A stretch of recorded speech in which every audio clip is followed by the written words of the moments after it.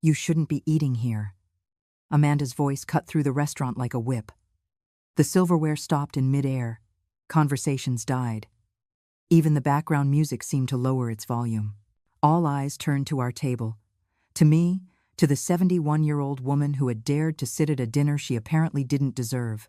"This table is for my guests," she continued, with that fake smile I knew so well. "Not for just anyone." I didn't move. I didn't tremble. I didn't look down. I just held my water glass, the only object in front of me on that table filled with exquisite dishes, and watched as my daughter-in-law enjoyed her moment of power. Michael, my son, my only son, remained silent beside me. His gaze was fixed on his plate of steak, as if the design of the sauce was the most fascinating thing in the world. The waiter who had been about to approach me stopped in his tracks. He looked at Amanda, then at me, and finally retreated with the bread basket he was probably going to offer me. What consideration on his part, I thought ironically. At least he had intended to. Amanda lifted her wine glass, an expensive Cabernet that shimmered under the restaurant lights, and toasted the woman sitting across from her.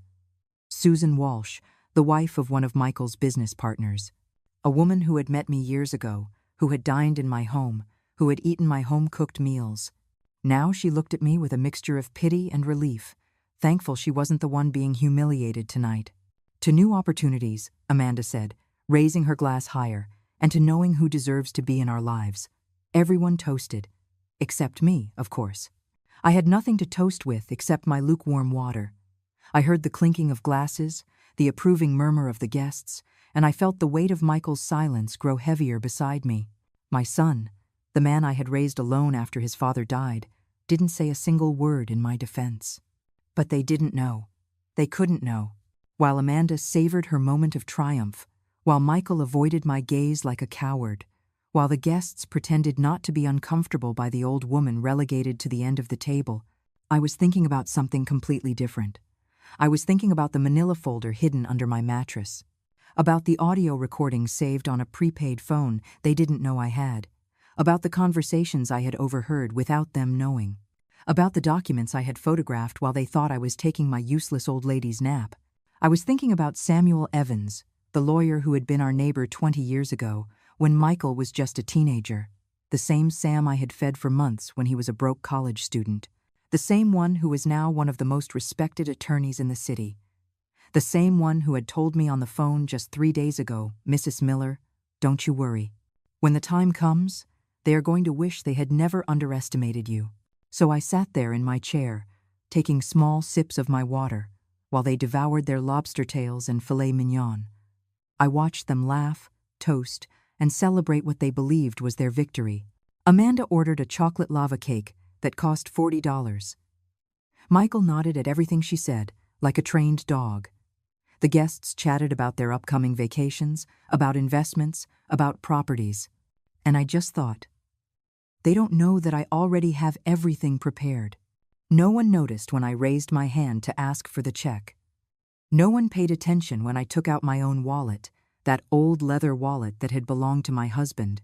No one realized when I left enough money on the table to cover my glass of water and a generous tip for the waiter who had tried to be kind. I stood up slowly, with the dignity that 71 years of life had taught me. My chair made a small noise against the floor. Michael looked up for the first time all night, surprised. Amanda stopped talking mid-sentence. The guests looked at me with curiosity. "Excuse me," I said, my voice clear, firm, without tremors or tears. "I have to leave. I have an important meeting very early tomorrow morning." Amanda laughed. A short, dismissive laugh. "A meeting? You? Please, Helen, don't be ridiculous." I smiled. A small, almost imperceptible smile, but one I felt down to my bones. "Yes, Amanda. A meeting. With my lawyer. I think you and Michael should consider finding one soon, too." The silence that followed was different from the last one. This one wasn't uncomfortable. It was ice cold. Amanda's mouth opened, but no sound came out. Michael turned pale, his knuckles white around his fork.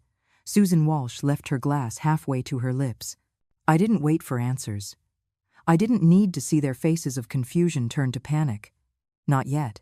That would come later. I took my coat from the back of the chair, put it on carefully, and walked toward the restaurant exit with my back straight and my head held high. Behind me, I heard the murmuring begin, the whispered questions. Amanda's high-pitched voice, trying to laugh it off as if it were all a joke. Michael's low voice, asking what I had meant by that. But I kept walking. I crossed the restaurant feeling every stare on my back. I pushed open the glass door and stepped out into the cool night. The air filled my lungs like a breath of freedom. I paused for a moment on the sidewalk, looking at the city lights. For the first time in months, I felt something close to peace. It wasn't joy yet, it wasn't victory, but it was the beginning of something. The beginning of their end. The beginning of the start of my real life. I took my phone from my purse and dialed a number I already had memorized. "Sam?" I said when he answered. "Yes, it's me. It's done. I did what you said. I planted the seed. Now let them drown in their own paranoia." I heard his soft laugh on the other end of the line. "Perfect, Mrs. Miller. I'll see you tomorrow at 9. We'll go over every document. When we're finished, that house will be so protected they won't even be able to ring the doorbell without a court order." I hung up and put the phone away. I raised my hand to hail a passing cab. As I got in, I cast one last look at the restaurant through the illuminated window. I could see Amanda gesticulating wildly. Michael, with his head in his hands. The guests looking uncomfortable, wanting to escape a situation that had suddenly turned toxic. I smiled again. This time, more broadly. "It's just beginning," I murmured to myself as the cab pulled away. "This is just beginning." The cab dropped me off in front of my house 20 minutes later. The house that had been my home for 43 years. The same one where I had raised Michael. Where I had mourned my husband's death. Where I had celebrated birthdays and Christmases that now seemed to belong to another life. A life where I still believed a son's love was unconditional. I opened the door and the silence greeted me, as always. A silence that no longer scared me, that no longer made me feel alone. I had gotten used to it. I turned on the living room light and everything was exactly as I had left it. The blanket folded on the sofa, the photographs on the mantel. Michael as a child, smiling with missing teeth. Michael at his graduation, hugging me with pride. Michael on his wedding day, with Amanda on his arm, and me beside them, still believing that my daughter-in-law would accept me as part of their new family. How naive I had been. I sat in my favorite chair, that rocking chair I had bought at a garage sale years ago, and closed my eyes. The images began to arrive, as they always did when I was alone. The memories that had brought me to this night, to that restaurant, to that public humiliation they believed was their triumph. Everything had started to change 3 years ago. Not all at once, not with a dramatic event. It was gradual, like rust eating away at metal, unnoticed until everything falls apart. At first, it was the visits. Michael used to come see me every Sunday. He'd arrive with pastries, sit in this very living room, and tell me about his work, about his plans. Amanda came with him sometimes, always in a hurry, always looking at her phone, but at least she came. I would cook for them. I'd make the pot roast that Michael had loved since he was a kid. I'd bake the apple pie that my husband used to say was the best in the world. Then Sundays became every other week. The excuses were reasonable. Too much work, social commitments, exhaustion.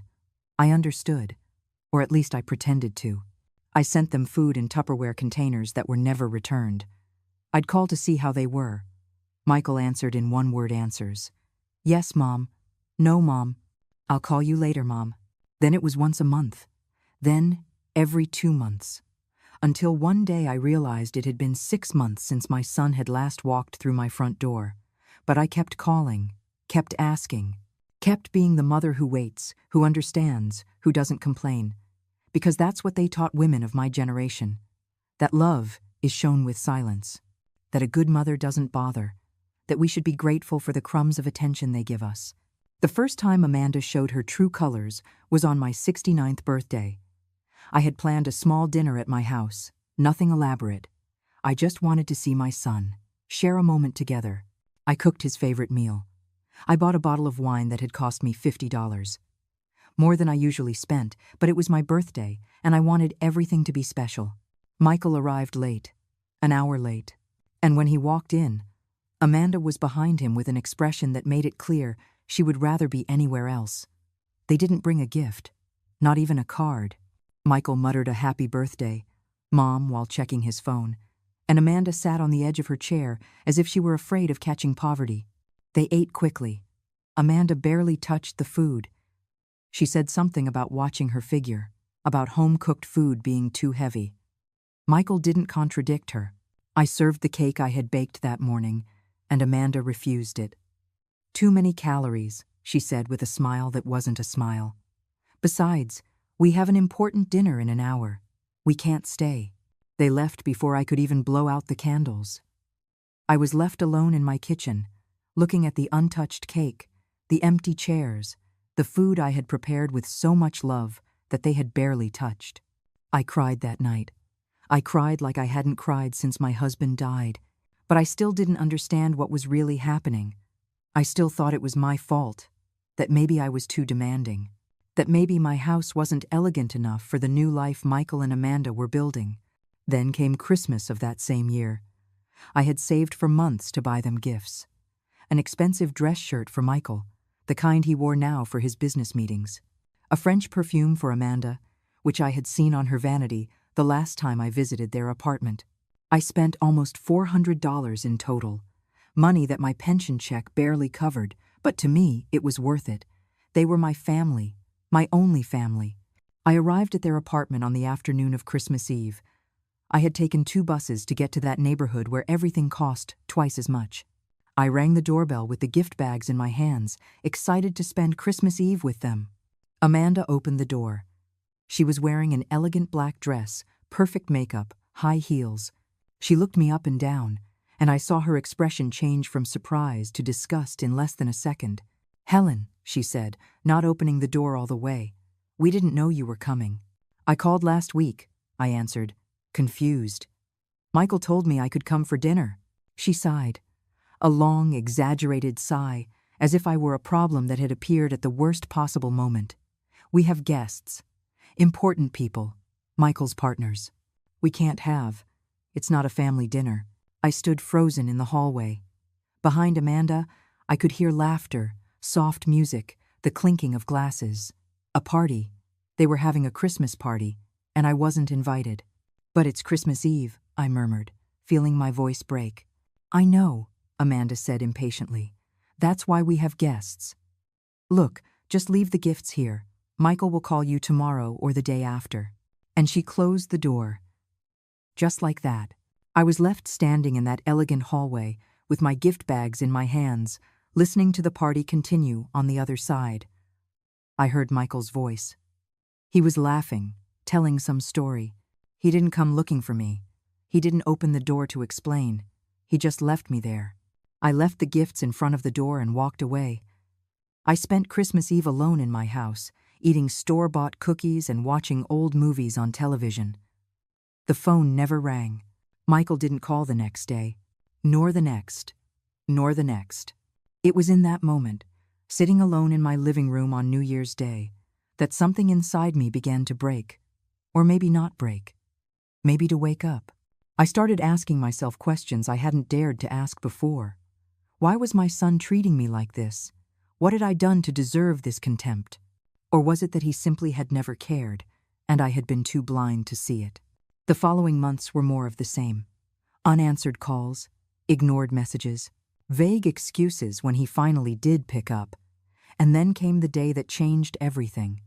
The day my eyes opened completely and I saw the truth that had been hidden in front of me all this time. It was a Tuesday afternoon. I had gone to the bank to cash my pension check, $1,200 a month.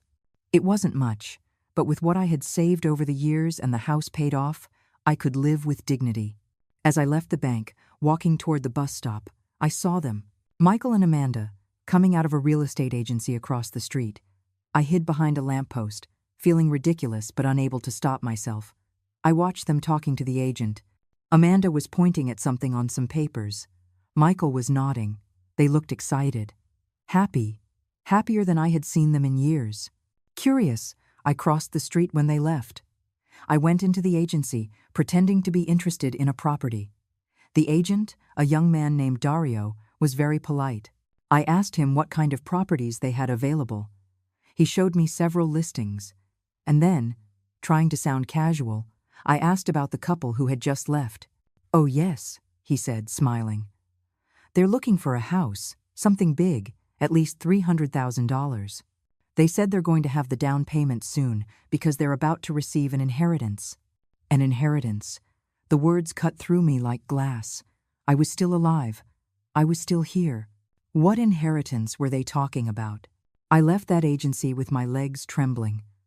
I sat on a bench in the nearby park, trying to breathe, trying to understand. And then it all started to make sense. The visits that stopped, the contempt, the coldness. It wasn't that they didn't love me anymore. It was that they were waiting for me to die. They were waiting to get my house, my savings, everything I had built over a lifetime. That night, in my house, I didn't cry. The crying was over. In its place, I felt something new, something cold and clear, a determination I didn't know existed inside me. If my son and his wife were planning my end, I was going to make sure the only end they witnessed was that of their own plans. I spent 3 days without sleep after that conversation at the real estate agency. 3 days turning their words over in my mind. An inheritance.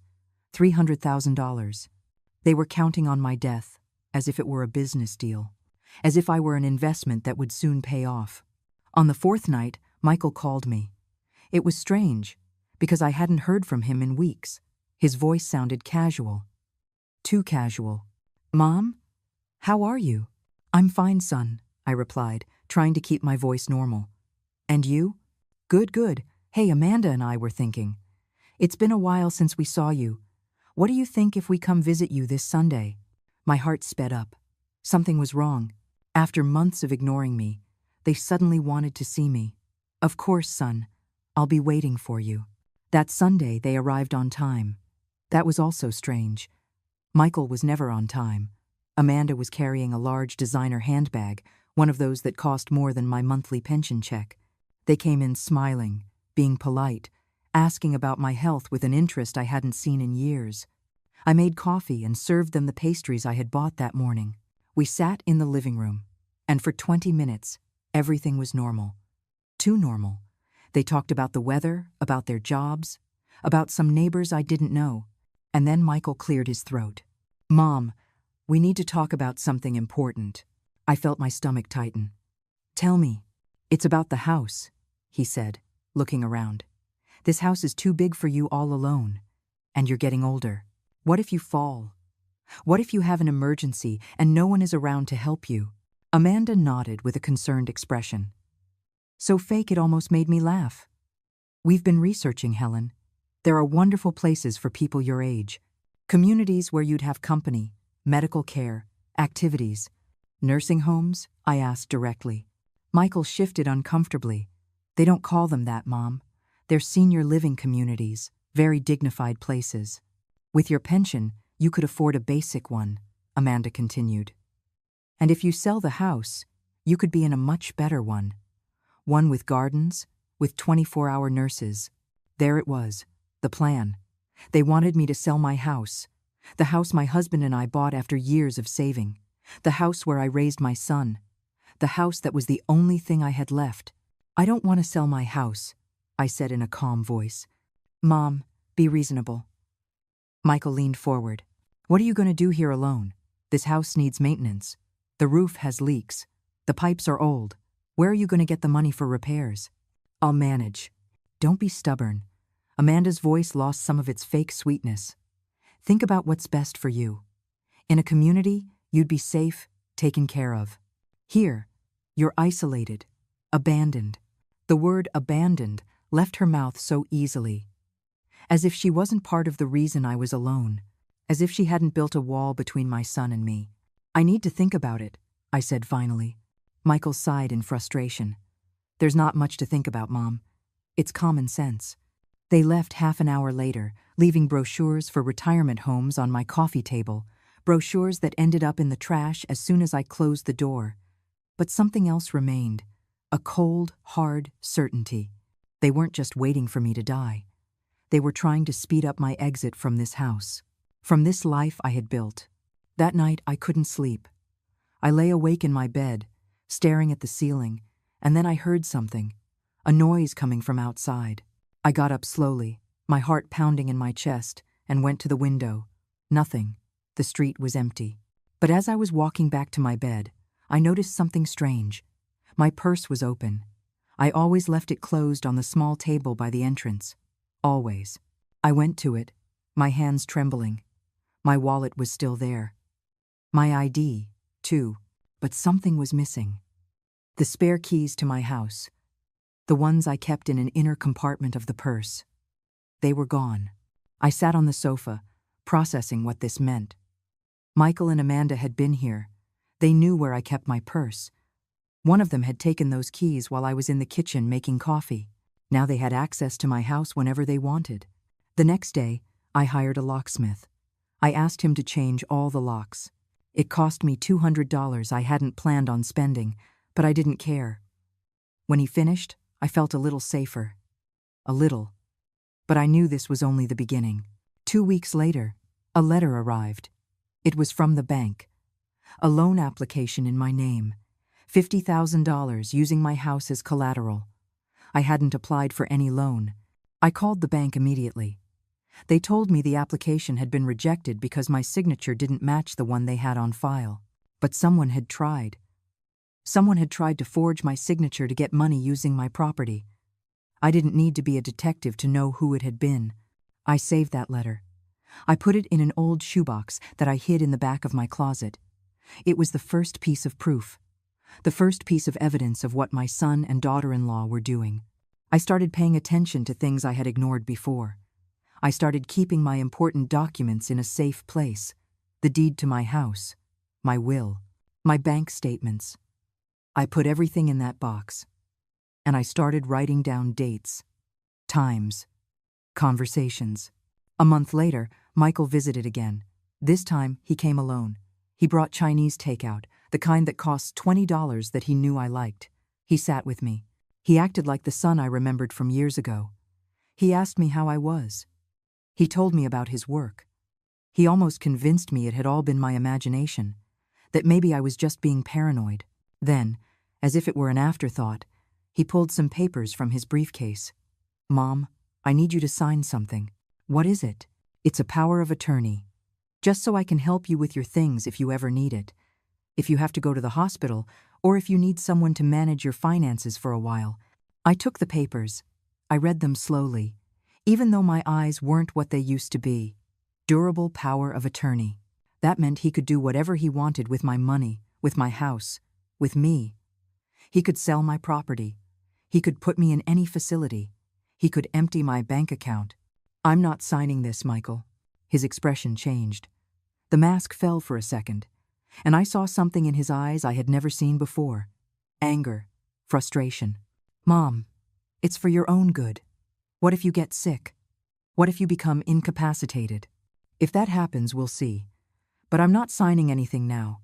He stood up abruptly. The papers fell to the floor. "You're impossible. You know that? Impossible. Stubborn. We're trying to help you, and you fight us every step of the way." "Help me?" I looked at him steadily. "How did you help me when I spent Christmas alone? How did you help me when you closed the door in my face on Christmas Eve?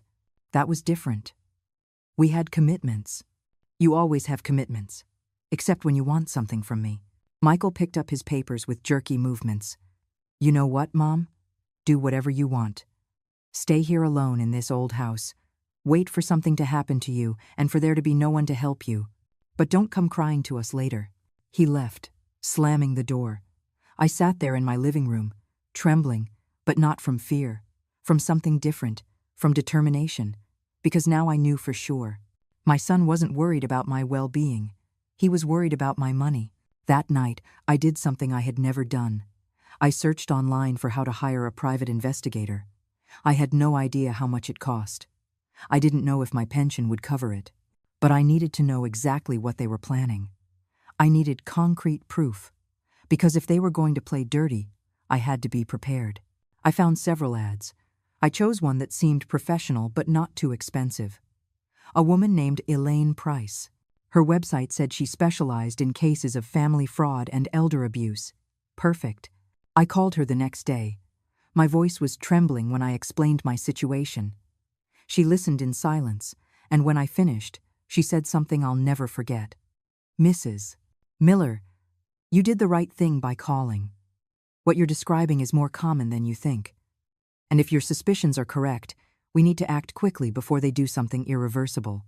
We agreed to meet at a coffee shop the next day. I brought her all the documents I had saved. The letter from the bank, the noted dates, the retirement home brochures, everything. Elaine reviewed every paper with professional attention. When she finished, she looked up and met my eyes with a mixture of compassion and determination. "Mrs. Miller, I'm going to be honest with you. What we have here are clear indicators of attempted fraud and possible financial abuse. I need your authorization to investigate your son and daughter-in-law. I'll need to follow them, document their movements, see who they're meeting with. It's going to cost $1,000 up front, and then $500 a week. $1,000. Almost my entire monthly pension. But what choice did I have? Do it, I said without hesitation. I need to know the truth." Elaine Price began her investigation the following Monday. I went on with my normal life, or at least I tried to. I got up early, made my coffee, watered the plants, watched the news, but inside, every fiber of my being was on high alert, waiting, watching, preparing for what was to come. The first week, Elaine called me 3 times to report her findings. Michael and Amanda had visited 4 different real estate agencies. In all of them, they asked the same thing. How much could a house like mine be worth in the current market? The answers varied between $250,000 and $300,000. My house. The house I was still living in. The house they were already selling in their minds. "There's more," Elaine said in the 4th call. I followed him to a law firm, one that specializes in estates and wills. They were in there for almost 2 hours. "Were you able to find out what they discussed?" "I have a contact at that firm. He owes me a favor. Give me 1 more day." The next day, Elaine came to my house with a manila folder. Her expression was grim as she sat across from me at the kitchen table. "Mrs. Miller, what I'm about to tell you is not easy to hear. Tell me. I need to know." She opened the folder and took out several papers. They consulted on how to obtain legal guardianship over an elderly person. Specifically, they asked what's needed to declare someone incapacitated, unable to manage their own affairs. The words landed like stones in my stomach. Incapacitated. Yes. They asked about the legal process, how long it takes, what kind of medical evaluations are needed. And this is the worst part. They asked if a private doctor could perform those evaluations. One that they chose. I sat in silence, processing. They didn't just want my house.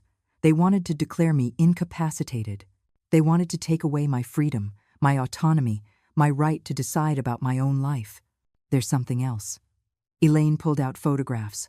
I followed them yesterday afternoon. They went to a place called Sunny Hills Retirement Home. It's a nursing home, one of the cheapest in the city. I looked at the photographs. Michael and Amanda entering the building. A gray, sad building with peeling paint and bars on the windows. Nothing like the elegant brochures they had shown me. I spoke to an employee who works there, Elaine continued. She told me a young couple came in asking about the costs. The place costs $1,000 a month. Basic. No frills. They were told that they accept people with pensions who can pay the residents directly. My pension. $1,200 a month. If they put me in there, they would control the remaining $200. And they would have my house to sell. I would be locked away, controlled, stripped of everything. "How much do you need to keep investigating?" I asked, my voice firm. "Mrs. Miller, I already have enough for you to take legal action." "No, I need more. I need this to be so solid they can't deny it, so they can't escape. Keep investigating, for as long as it takes." Elaine looked at me with respect. "As you wish. But I also recommend you take preventative measures. Protect your assets. Talk to a lawyer." I already did. Well, I'm about to. That afternoon, I called Samuel Evans. I hadn't spoken to him in years, but I remembered his mother had given me his number when we ran into each other at the market months ago. She had told me, "If you ever need legal help, My Sam is right here in the city. He's a good lawyer. And he never forgot what you did for him. What I did for him was simple. When Sam was a law student, he lived in the apartment next to ours. He was a thin boy, always with books under his arm, always studying. His family was poor. He worked at night and studied during the day. More than once, I saw him eating plain bread. So I started cooking extra. Every time I made chicken, I saved a plate for him. When I baked, I brought him something. It wasn't charity. It was just being human. Mrs. Miller, his voice sounded surprised when I explained who I was. Of course I remember you. How are you? I need your help, Sam. I need a lawyer. And I need someone I can trust. Tell me where and when. I'll be there. We met 2 days later at his office. It was a modest but professional space. Sam had grown up. He was no longer the skinny kid eating my food. He was a man in his 40s, in a formal suit with an intelligent gaze. But when he saw me walk in, he stood up and hugged me like I was his own mother. Mrs. Miller, tell me everything. I told him. Every detail. The real estate agency, the stolen keys, the attempted fraudulent loan, the power of attorney papers, the visit to the estate lawyer, the nursing home. Everything. Sam took notes, his expression growing more serious.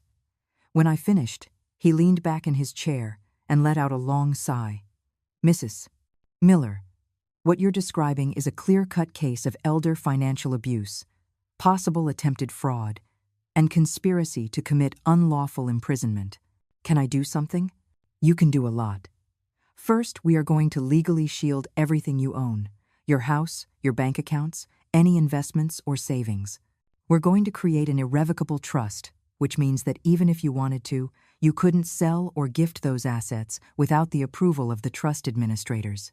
And those administrators will be me and another attorney from my firm. How much is this going to cost? Sam smiled. Mrs. Miller, you fed me for 2 years when I had nothing. You treated me with dignity when others looked at me with pity. How much do you think that's worth? You don't owe me a cent. I'm doing this because it's the right thing to do. I felt tears burning my eyes, but I didn't let them fall. Not yet. Thank you, Sam. There's something else we can do, he continued.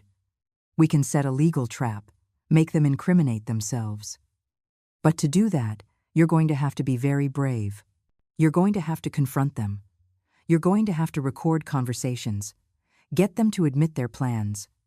Are you willing to do that? Yes, whatever it takes. For the next 2 weeks, my life became a performance. Sam taught me how to use a small recorder that fit in my jacket pocket. He taught me what questions to ask, how to steer a conversation so the other person would reveal information without realizing it. I practiced in front of the mirror. I practiced my expression of a confused old woman, my trembling voice, my apparent frailty. If they saw me as a weak, naive old woman, I would use that perception against them. The first test was when Michael came to visit on a Wednesday afternoon. He came alone again. I had the recorder in the pocket of my apron. My heart was beating so hard I was afraid he could hear it. Hi, Mom. I brought your favorite magazine, he said, leaving a crossword puzzle book on the table. Thank you, son. How thoughtful of you. I'll make us some coffee. We sat down. We talked about trivial things for 10 minutes.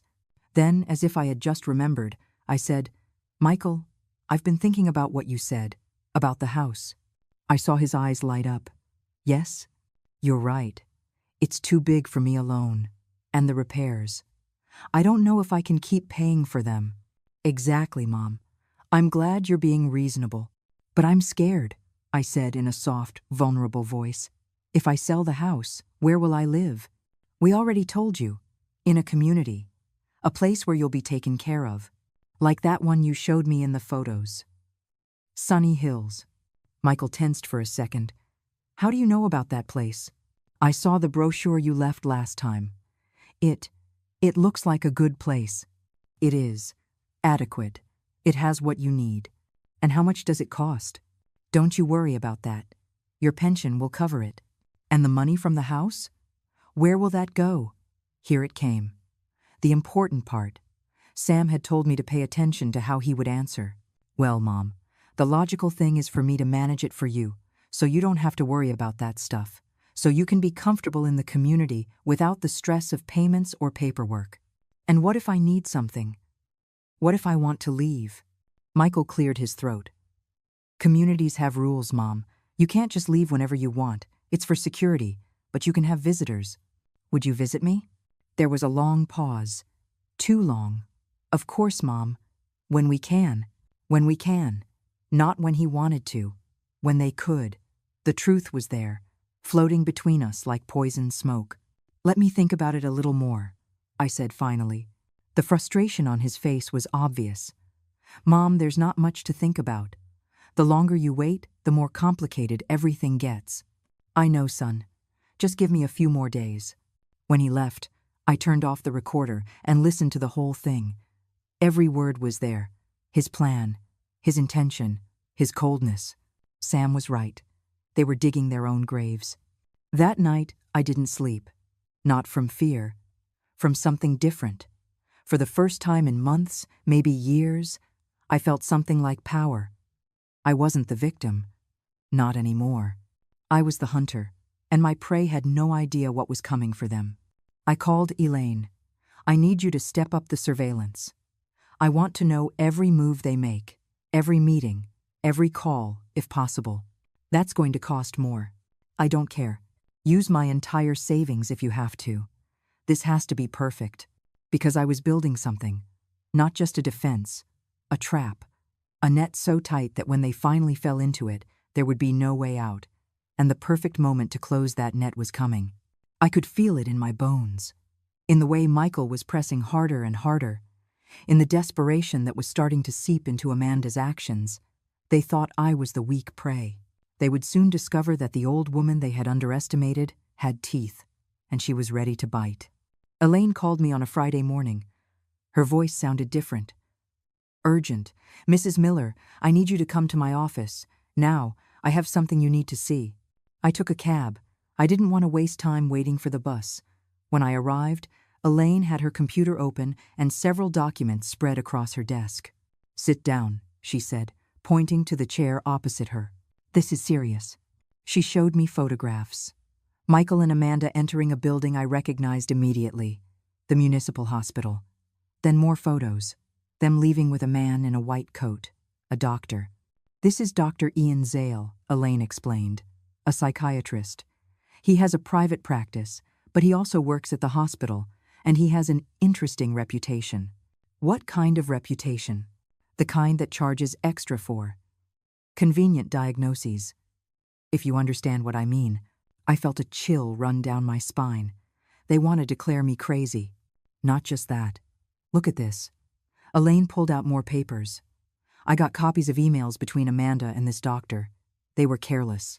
They used the hospital's Wi-Fi, and my contact in IT was able to access them.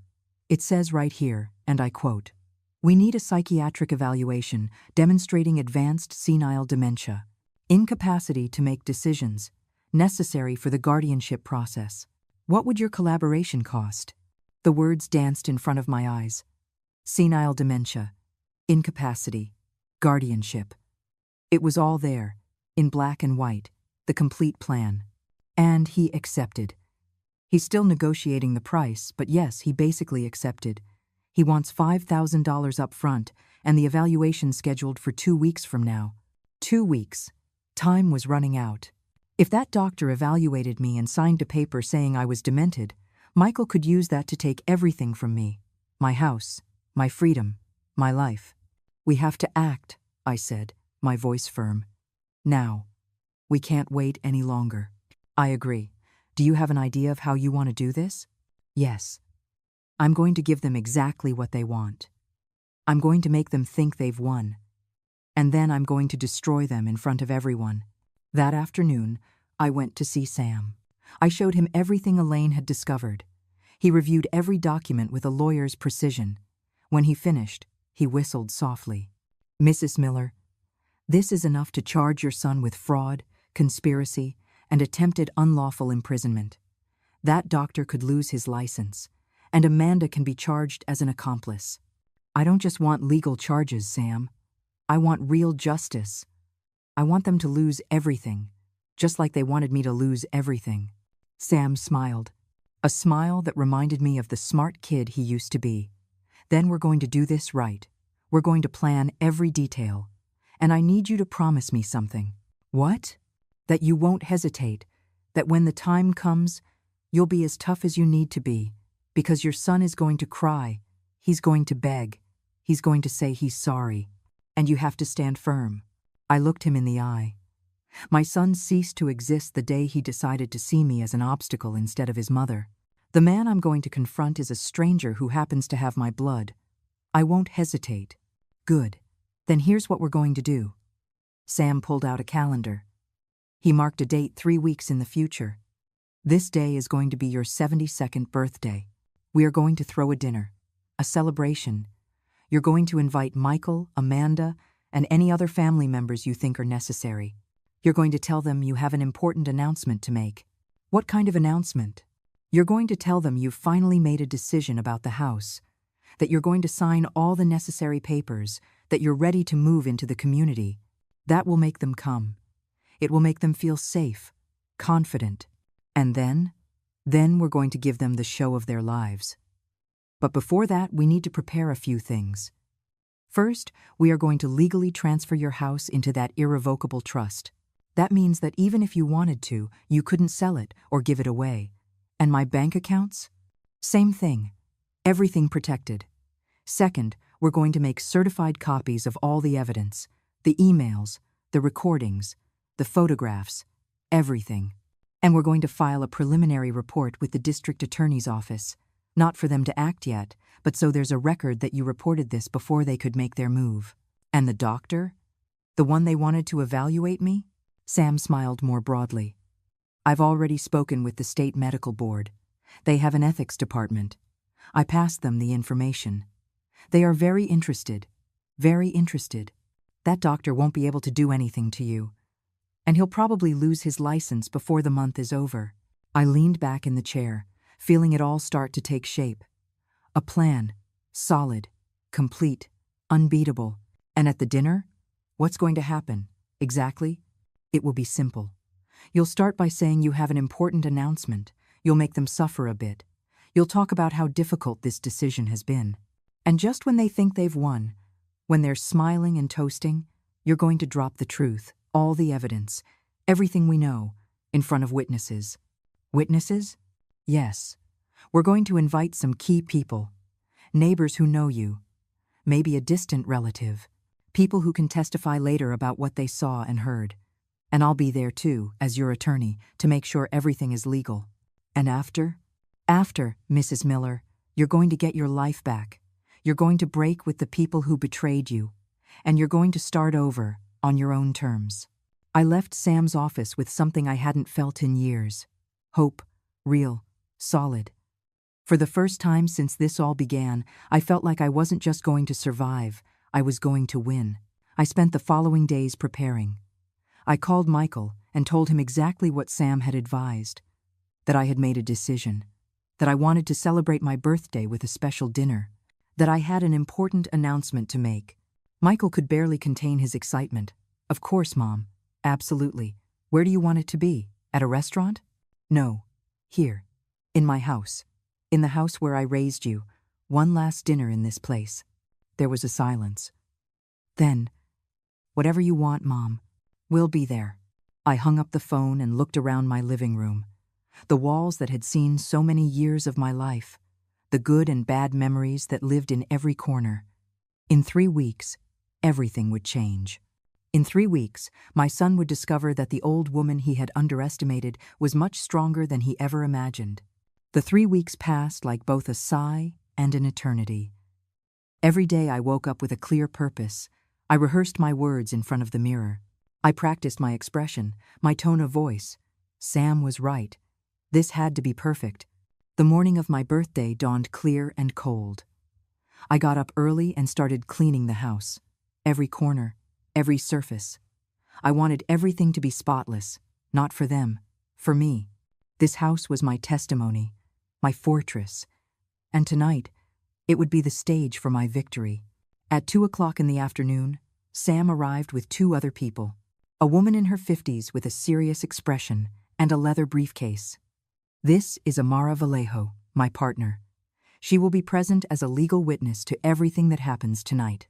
The other person was a young man with a discreet camera. This is Luis. He's going to document everything. Audio and video.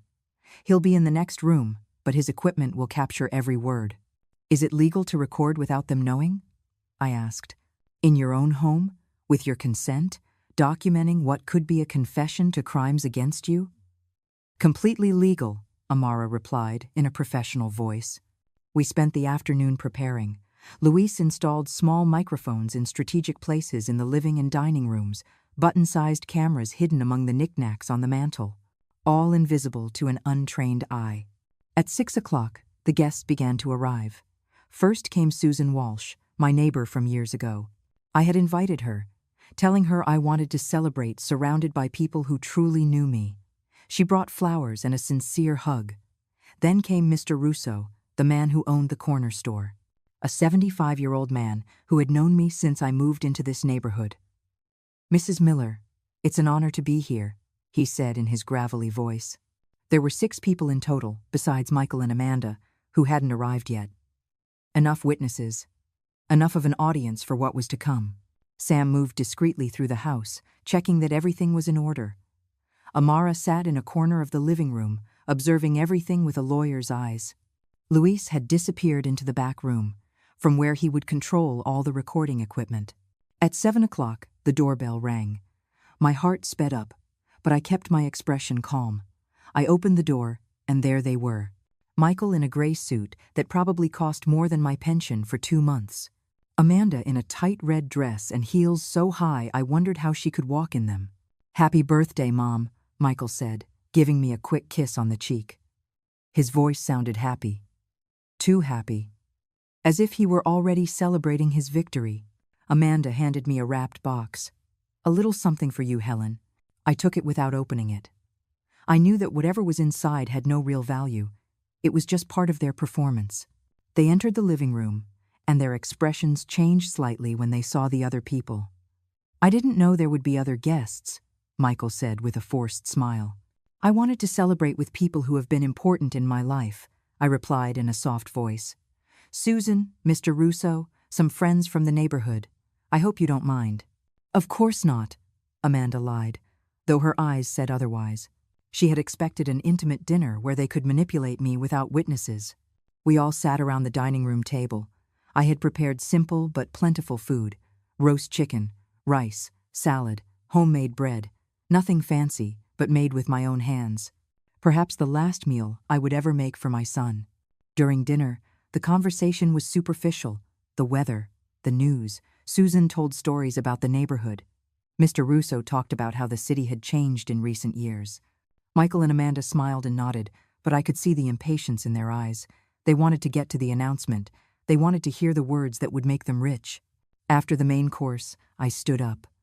Silence fell over the table. All eyes turned to me. "I want to thank you all for being here tonight," I began, my voice clear. Turning 72 is a privilege not everyone gets. I've lived a long life. I've seen good things and bad things. I've loved. I've lost. I've learned. Michael leaned forward in his chair. Amanda had her hands clasped on the table, her knuckles white with anticipation. As some of you know, I've been thinking a lot about my future, about this house, about what's next for me in the years I have left. I saw Amanda give Michael a discreet nudge. He nodded almost imperceptibly. And after much reflection, I have made an important decision. The silence was so thick, I could hear my own heart beating. Michael and Amanda were on the edge of their seats. Susan looked at me with concern. Mr. Russo had his brow furrowed. "I have decided," I continued, letting each word fall like a drop of water in a silent pond, "that this house stays with me, that my savings stay with me, that my life stays with me." Confusion flickered across Michael's face. "What?" "But Mom, you said you had an important announcement. You said you'd made a decision." And I did. The decision to never let myself be manipulated again. Amanda laughed nervously. I don't understand what you're talking about, Helen. No one is manipulating you." "No?" I took the small recorder from my pocket and placed it on the table. Then maybe you can explain this. I pressed play. Michael's voice filled the dining room. The logical thing is for me to manage it for you, so you don't have to worry about that stuff. So you can be comfortable in the community without the stress of payments or paperwork. Then my voice. And what if I need something? What if I want to leave? And Michael again.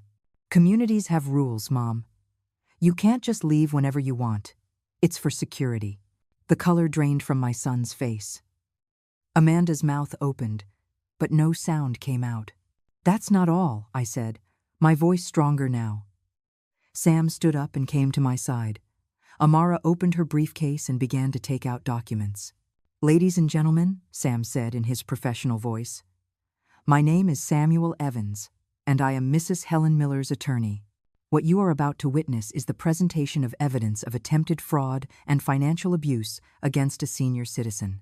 Everything said here is being recorded with the consent of the property owner and will be used as legal evidence. Michael shot to his feet. This is absurd. Mom, what is this? What's happening? What's happening, Michael, is that I found out. Every lie, every plan, every betrayal. Amara began passing documents across the table. Photographs of Michael and Amanda entering the real estate agencies, copies of the emails with Dr. Zale, records of their visit to the Sunny Hills nursing home, the attempted fraudulent loan application, everything. This can't be real, Amanda muttered, picking up one of the papers with trembling hands. This is an invasion of privacy. This is evidence, Amara corrected her coolly. Evidence of conspiracy to commit fraud. Evidence of attempted unlawful imprisonment. Evidence of elder financial abuse. Shall I continue? Susan let out a small gasp. Mr. Russo was shaking his head, disbelieving. The other guests looked at Michael and Amanda with expressions ranging from shock to disgust. Michael, I said, and my voice sounded different even to me. Harder, colder. For 71 years I was your mother. I gave you everything, my time, my love, my entire life. And you decided I was just an obstacle between you and a little bit of money. Mom, it's not like that. It's not what it looks like. Isn't it? Then tell me, son. Tell me you didn't plan to have me declared demented. Tell me you didn't talk to a corrupt doctor to sign false papers. Tell me you weren't looking for a cheap nursing home to lock me up in while you sold my house. He opened his mouth, closed it, opened it again. But no words came out, just silence. The silence of a man trapped in his own lie. Let's go, Michael. Amanda stood up. We don't have to listen to this. Sit down. Sam's voice was like a whip. We're not finished yet. Amanda remained standing, trembling with rage. Michael was still seated, pale as death, staring at the documents scattered on the table as if they were poisonous snakes. Sit down, Amanda, I repeated this time. My voice allowed no argument. This is just beginning. She fell back into the chair with a thud.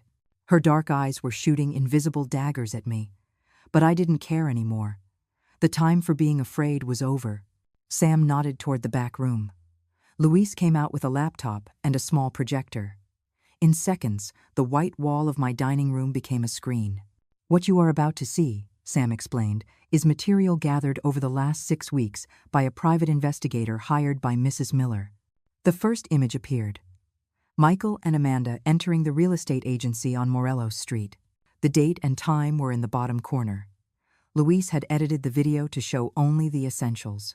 Here we can see them consulting on the market value of this property, Sam narrated as if he were in a courtroom, a property that does not belong to them. A property inhabited by a person who is still alive and in full possession of her faculties.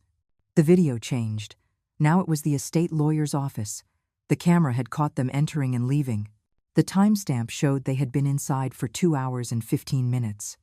During this visit, Sam continued, they consulted on the procedures for obtaining legal guardianship over a senior. Specifically, they asked what was needed to declare someone incapacitated. That's not a crime, Amanda interjected, her voice high-pitched. We were just getting information, preparing for the future. The future? Amara held up another document. You mean the future where Mrs. Miller would be declared demented by a corrupt psychiatrist? That future? The next video showed them at the hospital, meeting with Dr. Zale. The camera had captured them in the parking lot afterward, when they thought no one was watching. Michael was handing an envelope to Amanda. She was counting money, green bills, dollars. That envelope contained $2,000, Sam said. A down payment for Dr. Zale. The full payment was to be $5,000 once he signed the false psychiatric evaluation. Lies! Michael shouted, standing up again. This is a setup. Those pictures could be anything. Luis pressed another key. Now the screen showed text. Emails, dated. With the sender and recipient clearly visible. Amanda's email. Dr. Zale's email. We need a psychiatric evaluation demonstrating advanced senile dementia, Sam read aloud. Incapacity to make decisions. Necessary for the guardianship process. What would your collaboration cost? Susan gasped again. Mr. Russo stood up and walked over to Michael. He looked him directly in the eyes. Son, I knew your father. He was a good man. A man of honor. He would be dying of shame if he could see this. Michael looked down. He couldn't meet the old man's eyes. There's more, I said, taking control of the situation again. Show them the nursing home. The video changed. Michael and Amanda entering the gray building of Sunny Hills. The peeling facade. The bars on the windows. The faded sign. It wasn't the elegant community from the brochures they had shown me. It was a warehouse for forgotten old people. This place costs $1,000 a month, I explained, looking directly at my son. Just about what my pension covers. $1,200. Minus $1,000 for the home, leaves $200 for you. And my house. Valued between $250,000 and $300,000. A good deal, right, Michael? Mom, I never... His voice broke. Never what? Never planned to lock me in that place? Never dreamed of selling my house? Never calculated how much money you'd get from my living death? Tears began to roll down Michael's cheeks. But I felt no compassion. I had spent all my tears on the lonely nights. On the Christmases without him. On the forgotten birthdays. Amara, please. Show them the last document, I asked. Amara produced an official paper. It had the bank's letterhead. This is the report of an attempted fraudulent loan application. $50,000, using this property as collateral. The signature did not match the one on file, so it was rejected. But someone tried. Does either of you want to explain who it was? The silence was absolute. Only the sound of Amanda's ragged breathing and Michael's choked sobs. I have a theory, I continued. I believe Michael took my keys one of the times he came. Made copies. I believe you entered my house when I wasn't here. You looked for documents, photographed my deed, tried to forge my signature, and when that failed, you moved on to Plan B, declaring me insane. Mrs. Miller, Sam took the floor again. Do you wish to press formal charges against these individuals for the crimes of attempted fraud, conspiracy, forgery, and planning unlawful imprisonment?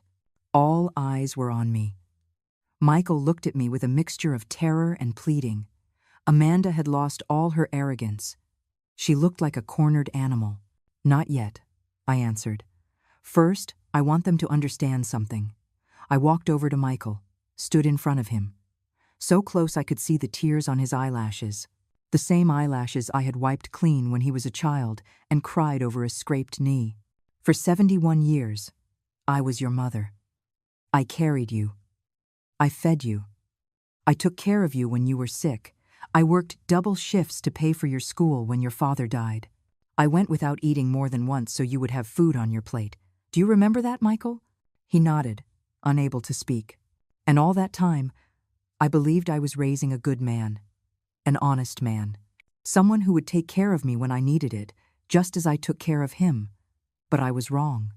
What I raised was a stranger with my last name and without my heart. Mom, please. Don't call me Mom. You lost that right the day you decided I was worth less than a bit of money. I turned to the guests. Susan was crying silently. Mr. Russo's jaw was tight. The others looked on with expressions of shock and disgust. I want all of you to be witnesses to what I am about to say. Sam, Amara, make sure this is recorded. Sam nodded. Luis adjusted the camera from the other room. Michael Miller, I said, my voice firm and clear. From this moment on, You are no longer my son. I am disinheriting you completely. You will not receive 1 cent from me. Not one object from this house. Nothing. Amanda Miller, you are an accomplice to everything he planned. You are both dead to me." "You can't do that," Amanda shrieked, jumping to her feet again. "The law forces you to leave him something. We're family." Amara smiled coldly. "Actually, Mrs. Miller can dispose of her assets as she wishes, and she already has. Everything is in an irrevocable trust. Signed, notarized, legal. You have no claim to anything. Furthermore," Sam added, "given the material we have, you could be facing criminal charges. That depends on what Mrs. Miller decides. But I suggest you get a good lawyer, a better one than the one you consulted to rob an old woman." Michael fell to his knees in front of me, literally on his knees, his hands clasped as if in prayer. "Mom, please. It was a mistake. It was all a mistake. I love you. You're my mother. You can't do this." I looked down at him, this man in his 40s crying at my feet, and I felt nothing. Not love, not hate, not even pity. Just an empty space where my mother's heart used to be. "Get up," I ordered. "You don't have to act anymore. We both know the truth." He staggered to his feet. Amanda grabbed his arm, more to support herself than him. "You have 5 minutes to get out of my house," I said, looking at the clock on the wall. "If you don't, Sam will call the police, and we will turn over all the evidence tonight. Do you understand?" "This isn't over," Amanda threatened, finding some of her voice again. "We'll fight this. We'll sue you. You'll what?" I interrupted her. "Hire lawyers with what money? Buy your $300,000 house with what down payment? What exactly are you going to do?" They had no answer, because they finally understood. They had lost, completely, totally, with no chance of recovery. Michael walked toward the door like a zombie. Amanda followed him. Before leaving, my son turned back one last time.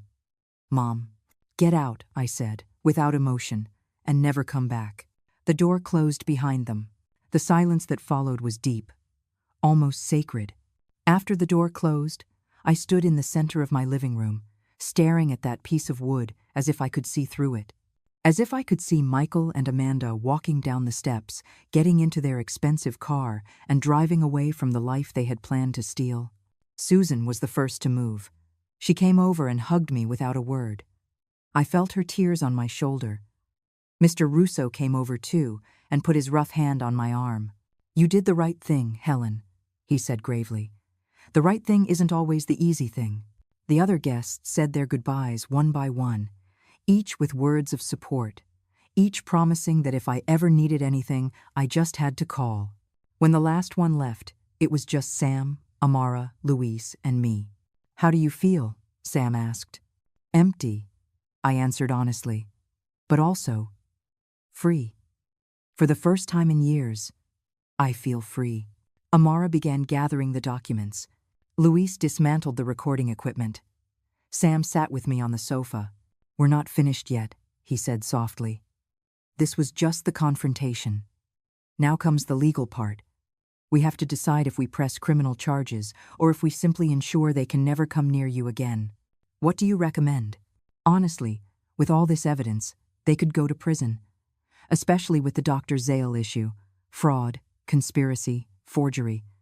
We're talking about potential years of jail time.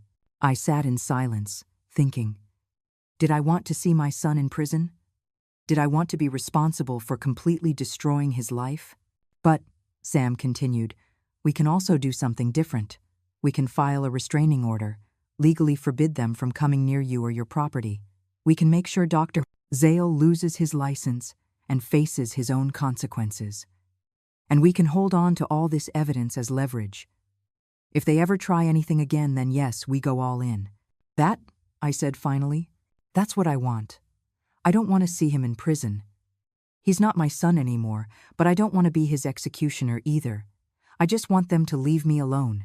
"Then that's what we'll do," Amara said, closing her briefcase. "First thing tomorrow morning, we file the restraining order. I'm also sending all the information on Dr. Zale to the medical board and the DA's office. That man is going to lose everything. And my house? My money? Everything is protected. Completely, Sam assured me. The trust is irrevocable. No one can touch it. Your pension goes directly into a new account that only you control. Your will is updated, leaving everything to charity. Michael and Amanda have no legal path to get anything. After they all left, I was alone in my house. The silence was different now. It wasn't the heavy silence of loneliness and abandonment. It was the silence of peace, of the end of a battle. I walked through each room, turning off the lights. In the kitchen, I gathered the plates from dinner, the food I had prepared for what I thought would be my last supper with my son. I put the leftovers in the refrigerator. I'd take them to Mr. Russo tomorrow. He would appreciate them. That night, I slept deeply for the first time in months. No nightmares. No waking up every hour wondering what they were planning. No constant weight on my chest. The following days were a whirlwind of legal activity. Sam and Amara filed all the necessary documents. The restraining order was approved in 48 hours. Michael and Amanda were legally forbidden from coming within 100 yards of me or my property. If they did, they would go directly to jail. Dr. Zale was summoned by the medical board. When confronted with the evidence of the emails and photographs, he had no defense. His license was suspended immediately. I heard later that he was also facing criminal charges. His career was over. A week after the confrontation, Sam called me. Helen, Michael hired a lawyer. They want to negotiate. Negotiate what? They have nothing to negotiate. They want you to drop the restraining order. They say Michael wants to apologize properly, that he wants to try to rebuild the relationship. I laughed, a bitter laugh. Tell them no. Tell them the restraining order stands. Tell them I don't want their apologies. I don't want anything from them. Are you sure? Completely. But the calls didn't stop there. Michael got my new number somehow. He called me, crying. He left voicemails, begging, saying he was sorry, that he had been weak, that Amanda had manipulated him. All the excuses someone can give when they finally face the consequences of their actions. I blocked the number. I changed my number again. I gave the new one only to the people I trusted. A month later, Susan told me she had seen Michael and Amanda. They were selling things, their expensive car, designer clothes, jewelry. Apparently, they had spent more money than they had, anticipating my money. Now they were in debt, desperate. How does that make you feel? Susan asked. Nothing, I replied honestly. I feel nothing. And it was true. The love I had felt for my son had been extinguished, like a candle without oxygen. I didn't hate him. He just didn't exist for me anymore. 2 months after the confrontation, I was at the market buying vegetables when I saw Amanda. She was in the opposite aisle. She looked different. No makeup. Simple clothes. Her hair unkempt. Our eyes met for a second. I saw fear in her gaze. Fear that I would shout. That I would cause a scene. That I would humiliate her publicly as she had humiliated me. But I did no such thing. I just looked away and continued with my shopping. She wasn't worth another second of my attention. In the 3rd month, Sam visited me with news. Michael and Amanda are getting a divorce. I'm not surprised. The plan was the money. Without the money, there's no reason to be together. There's something else. Michael sold the apartment where they lived. Apparently, he's moving to another city. Says he wants to start over, far away from here. Good for him, I said, without emotion. I hope his new life is better than the one he tried to build on my ashes. Sam looked at me with something like admiration. You're the strongest woman I know, Helen. I'm not strong, Sam. I'm just a woman who got tired of being weak. But there was one more thing I needed to do. One last piece I needed to close. I called Elaine Price, the investigator. Elaine, I need one last favor. Name it. I need you to find out about Sunny Hill's retirement home, that place they wanted to lock me in. I want to know how they treat the elderly there. A week later, Elaine came back with a report that chilled my blood. Sunny Hills had multiple complaints of abuse, malnourished seniors, lack of medical care, unsanitary conditions.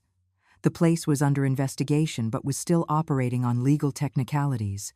How many seniors are there? I asked. 22, currently. And how much would it cost to move them to a better place? Elaine looked at me, confused. What? I have savings. $60,000 that I saved my entire life. I was planning on leaving it to Michael. But now that money has no destination, how much would it cost to pay for the transfer of those seniors to a dignified home, at least for 6 months, while they find something better? Elaine did the math. Probably about $50,000. Maybe a little more. Do it. Use my money. Get them out of there. Let at least one good thing come out of all this. And that's how 22 seniors who were supposed to be my fellow inmates ended up being rescued. How the money Michael coveted ended up saving lives instead of destroying mine. When it was all done, when the seniors were transferred and the investigation into Sunny Hills intensified until they finally shut the place down, I sat on my porch on a sunny afternoon with a cup of tea. I looked at my house, my garden, my life. It was all still mine. Not because I had fought with violence, not because I had screamed or threatened, but because I had used the only weapon that truly matters. The truth. The cold, hard, documented, undeniable truth. The truth that doesn't need to shout because it speaks for itself. 6 months have passed since that night. 6 months since I closed the door behind Michael and Amanda for the last time. 6 months since I got my life back. This morning I woke up early, as always. But it's different now. I don't wake up with that weight on my chest. I don't wonder what they're planning. I don't wait for calls that never come, or visits that only bring pain. I wake up in peace. I made my coffee and went out to the patio. The flowers I planted last month are starting to bloom. Yellow roses. I always liked yellow roses, but Michael used to say they were common, that roses should be red or white. Now I have a whole garden of yellow roses, and no one tells me they're common. The doorbell rang while I was watering the plants. It was Susan, with a basket of freshly baked pastries. I thought we could have breakfast together, she said, smiling. I'd love that. We sat in the kitchen, the same one where I had served so many meals to a son who never appreciated them. But now that kitchen has new memories. Breakfasts with Susan, lunches with Mr. Russo, dinners with the ladies from the knitting group I joined last month. Did you hear? Susan asked, spreading butter on her pastry. Michael left town. Someone saw him getting on a bus with 2 suitcases. That was all he had left. I know, I replied. Sam told me. And how do you feel? I took my time answering. I took a sip of coffee. I looked out the window at my garden. I feel like I've closed a very long and very sad book, and now I'm ready to start a new one. Susan smiled and took my hand across the table. You're an inspiration, Helen, truly. After she left, I got a call from Sam. Helen, I have news. Remember the 22 seniors you helped relocate? Of course. One of them, an 82-year-old man named Mr. Luis Castillo, turns out to be quite wealthy. He has a generous pension and properties, but he had no family to look after him, which is how he ended up in Sunny Hills. He wants to meet you. He wants to thank you personally. That's not necessary, Sam. I did it because it was the right thing. I know, but he insists. And there's something else. He and 5 other seniors from the group are pooling money to start a foundation. A foundation to help seniors in situations of abuse or neglect. They want you to be on the board of directors. I sat in silence, processing that. A foundation. Helping others who are going through what I went through. Helen? Are you still there? Yes. Yes, I'm here. Tell Mr. Castillo I would be honored to meet him. And that yes, they can count me in for the foundation. When I hung up, I sat in my living room, looking around. This house that Michael wanted to sell from under me. This house that to them was just a $300,000 transaction. This house was my life, my history, and now it would also be the beginning of something bigger. That afternoon, I went to the bank. Not to cash my pension check, but to open a new account, an account for the foundation. I deposited the $10,000 I had left from my savings after helping with the relocations. It was a small start, but beginnings are always small. When I left the bank, the sun was beginning to set. I walked through the park near my house.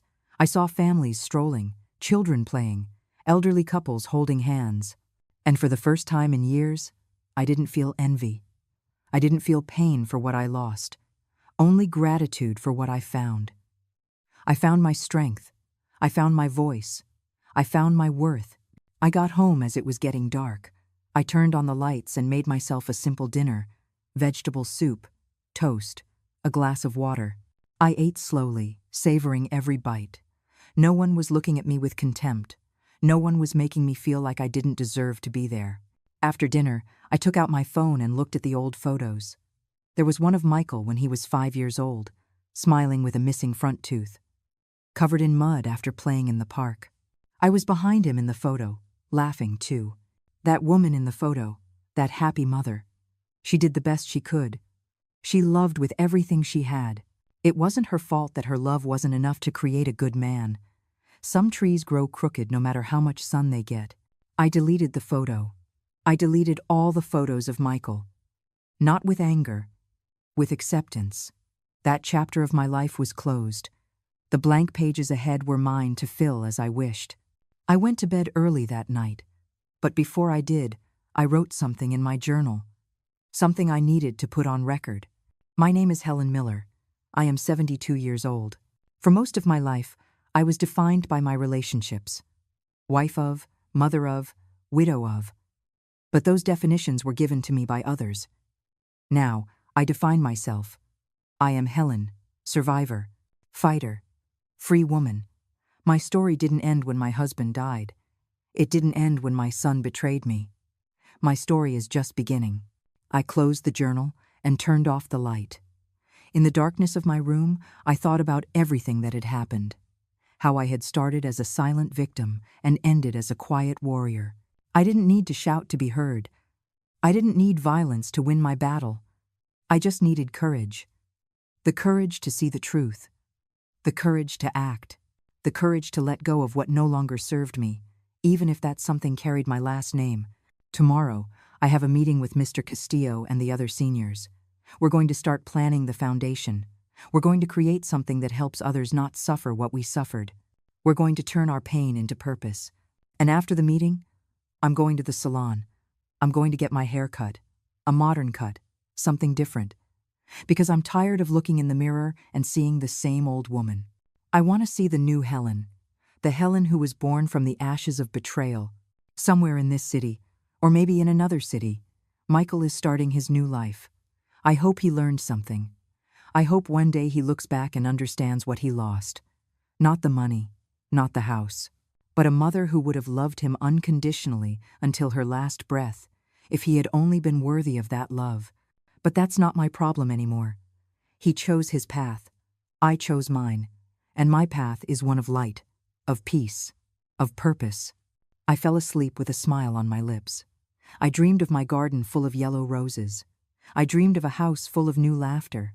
I dreamed of a life that was finally my own. Because, in the end, that's what this always was. Not a story of revenge, but a story of liberation. Of a woman who was lost and found herself. Of a mother who stopped being one so she could simply be Helen.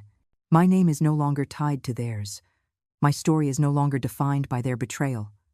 My life is no longer in their hands. My name is Helen Miller. I am 72 years old, and my story is just beginning. This time, I'm the one writing it. In my own words, on my own terms. And no one, absolutely no one, can take that away from me. I woke up knowing that every day to come is a gift I gave to myself. I didn't wait to be saved. I saved myself. I didn't wait for justice from heaven. I built it with my own 2 hands. And if there's one thing I want other women to know, other mothers, other elderly women who are going through what I went through, it's this. It is never too late to defend yourself. It is never too late to say enough. It is never too late to take your life back. A mother's love is powerful, but self-love is more powerful still. And I finally learned to love myself more than I loved the idea of being a mother. That lesson took me 71 years to learn. But now that I know it, nothing and no one can take it from me. My name is not theirs anymore. My story is just beginning. Did you enjoy my story? What a journey it has been. I truly wonder, what would you have done if you were in my shoes? Would you have chosen silence to keep the peace, or would you have done what I did to reclaim your dignity? Let's meet in the comments below. I'm so curious to hear your thoughts. I'm reading every single one. Which city are you listening from tonight? If my story resonated with you, you can support me and help me bring more stories like this to the world by sending a super thanks. Your sweet support means the world to me and allows me to continue this journey with all of you. On the screen now, you can see 2 new life stories that I highly recommend you watch next. There are so many more on my channel, each with its own lessons and triumphs. Don't forget to subscribe and click the notification bell so you never miss a new chapter. Thank you for being here with me. Until the next story, with love and respect.